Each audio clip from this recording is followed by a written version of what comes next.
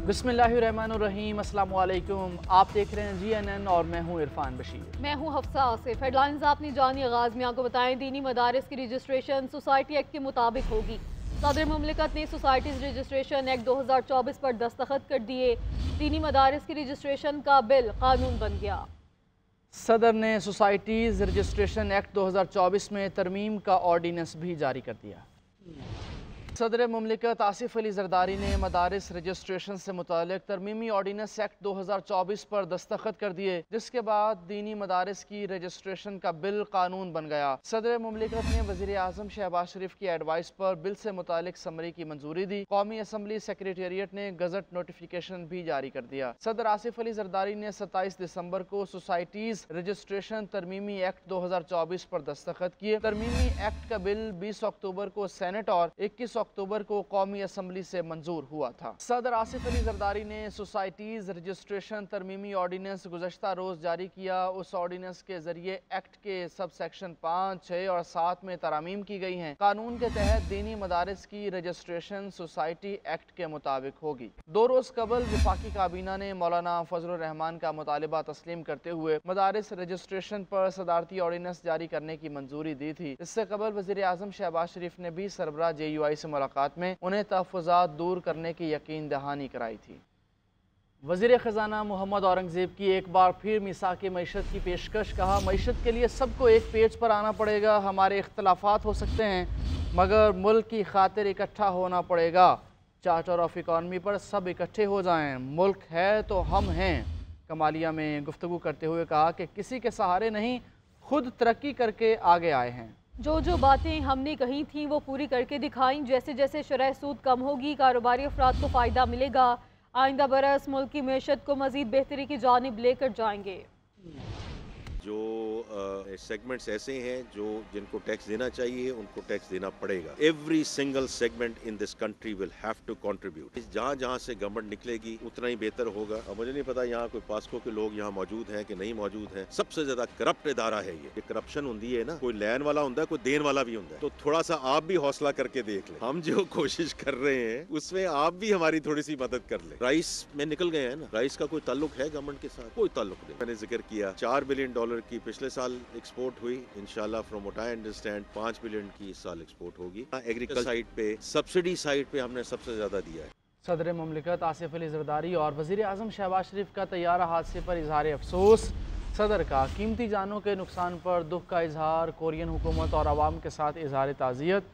मुतासरा ख़ानदानों के साथ हमदर्दी का इजहार किया। वज़ीर आज़म शहबाज शरीफ ने एक्स पर पोस्ट किया कि मवान इंटरनेशनल एयरपोर्ट पर तैयारे को हादसे का सुनकर बहुत दुख हुआ। हादसे में कीमती इंसानी जानों के ज़िया पर इंतहाई रंज है। दुख की इस घड़ी में हमारी दुआएं कोरियन हुकूमत और मुतासरा ख़ानदानों के साथ हैं।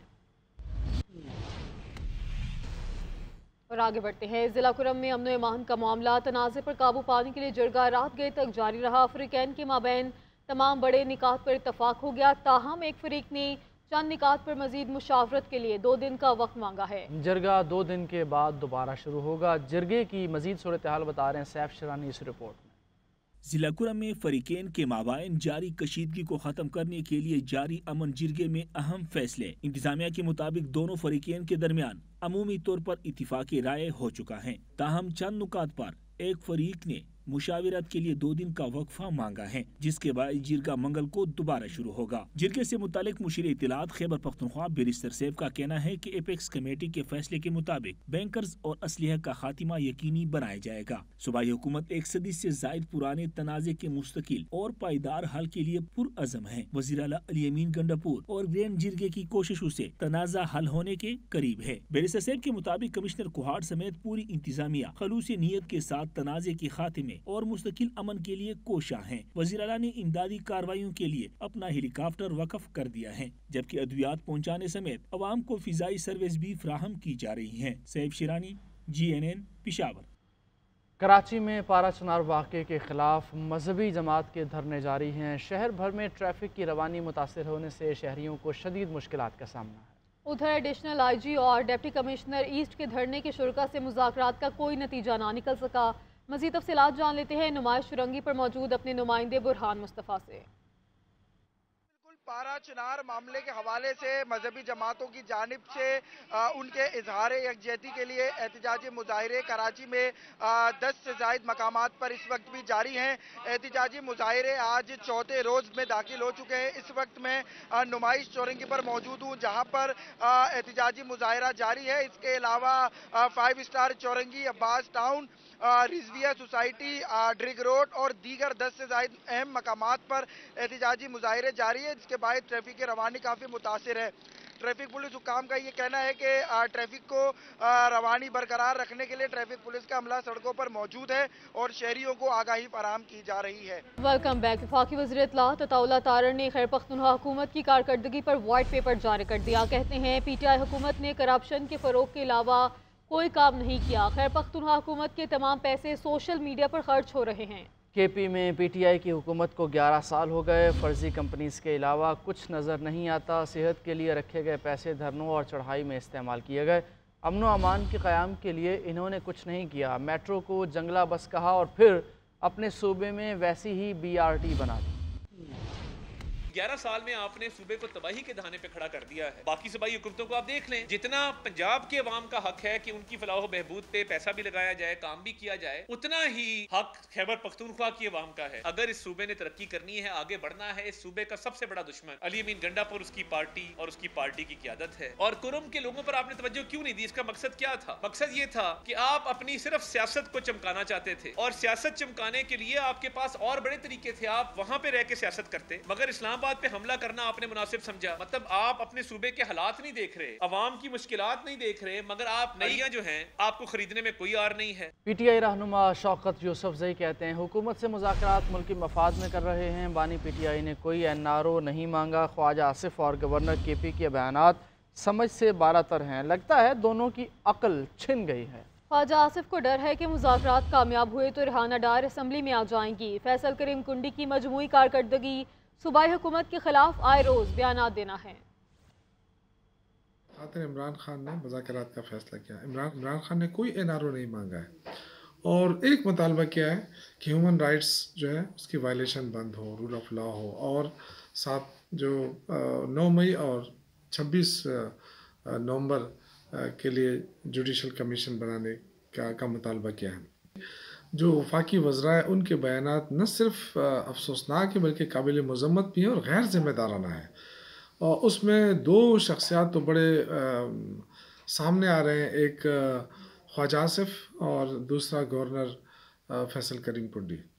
इन दोनों का मेरे लगता है कि दिमागी तवाज़ुन जो है वो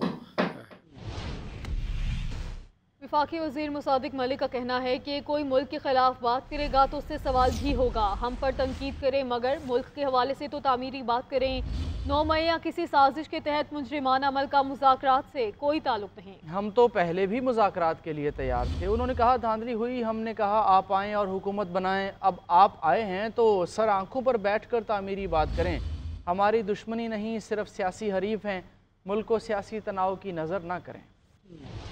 खान साहब, अरे भाई खान साहब पे तो जो मुकदमे हैं वो तो नौयत उनकी क्रिमिनल है। वो जो 190 मिलियन का केस है वो तो सियासत से पहले का भाई। एक शख्स है जिससे आपने 400 किनाल जमीन ली है अपनी और अपनी जोजा के नाम पे एक ट्रस्ट में। आपने जमीन मुझसे ले आप और मुझे 190 मिलियन पाउंड अगर आप तोहफे में दे दें तो ये आप मुझे बताएं कि ये सियासी केस है या क्रिमिनल केस है। तो जो क्रिमिनलिटी है 9 मई के हवाले से क्रिमिनलिटी हो, चाहे वो किसी साजिश के हवाले से क्रिमिनलिटी हो, क्रिमिनल एक्ट्स हैं। अब क्रिमिनल एक्ट्स जो है भाई उनका इन निगोशिएशन से क्या ताल्लुक? जो लोग क्राइम में मुलव्वस हैं, साहब हों भले से ना हो, कोई एक साहब हों या भले से ना हो, मगर जिन लोगों ने ये क्राइम किया है उसकी क्रिमिनल प्रोसीडिंग एक बात है। हमें मुआशी, सियासी, जमहूरी, एडमिनिस्ट्रेटिव और जो अपने इदारा जाती हैं वो बहाल करना, उसको स्ट्रेंथन करने के लिए जिस डायलॉग की जरूरत है वो दूसरी बात है। दोनों चीजें हो रही हैं।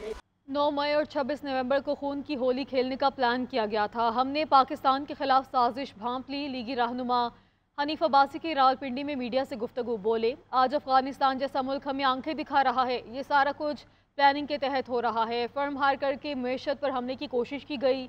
इनकी तमाम कोशिशों के बावजूद 10 माह की हुकूमती कारकर्दगी देख लें। 76 साल तारीख में सबसे ज़्यादा तरसीलात ज़र आई हैं। 10 साल में पहली मर्तबा करंट अकाउंट सरप्लस हुआ।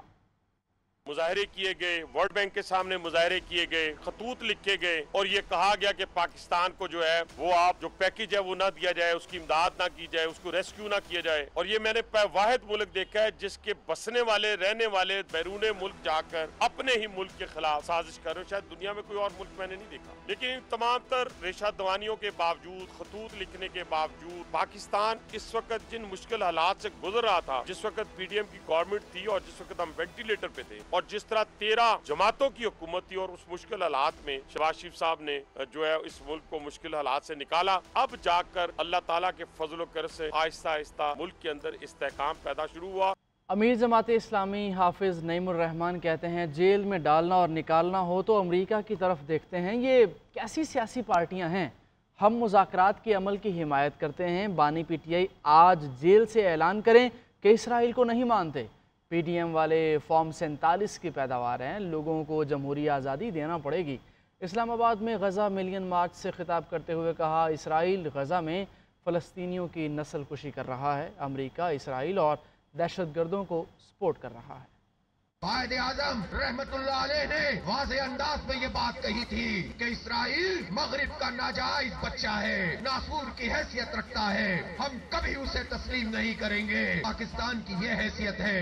पाकिस्तान को अगर कमजोर किया है तो किसी बैरूनी दखल ने नहीं किया है, हमारे अपने लोगों ने किया है जो पाकिस्तान के अवाम पे हुक्मरानी करते हैं। एक छोटा सा तबका है जो अमेरिका की आशीर्वाद से चलता है। ये कैसा मुल्क है कि हुकूमतें हटानी हो तो अमेरिका की मदद हासिल की जाती है, जेल में डालना हो तो अमेरिका की मदद मांगते हैं, जेल से निकलवाना हो तो अमेरिका की मदद मांगते हैं। ये कैसी पार्टियां हैं? ये कैसे सियासी लोग हैं? ये कैसी बातें करते हैं? एक तरफ आजादी की बात करते हैं, गुलामी से निजात की बात करते हैं और दूसरी तरफ अमेरिका की मदद भी मांगते हैं। ये लोग हमारे तर्जुमान नहीं बन सकते। पीपल्स पार्टी की मरकजी सेक्रेटरी इतलाह शाजिया मरी कहती हैं किसी को बुरी लगती है तो लगे। बिलाल भुट्टो जरदारी ने सीधी बात कही है। मुल्क में इंटरनेट बंद होने पर हुकूमत झूठ बोल रही है। हम मानते हैं कि सिक्योरिटी इशू है, लेकिन क्या पूरा निज़ाम बिठा दिया जाएगा?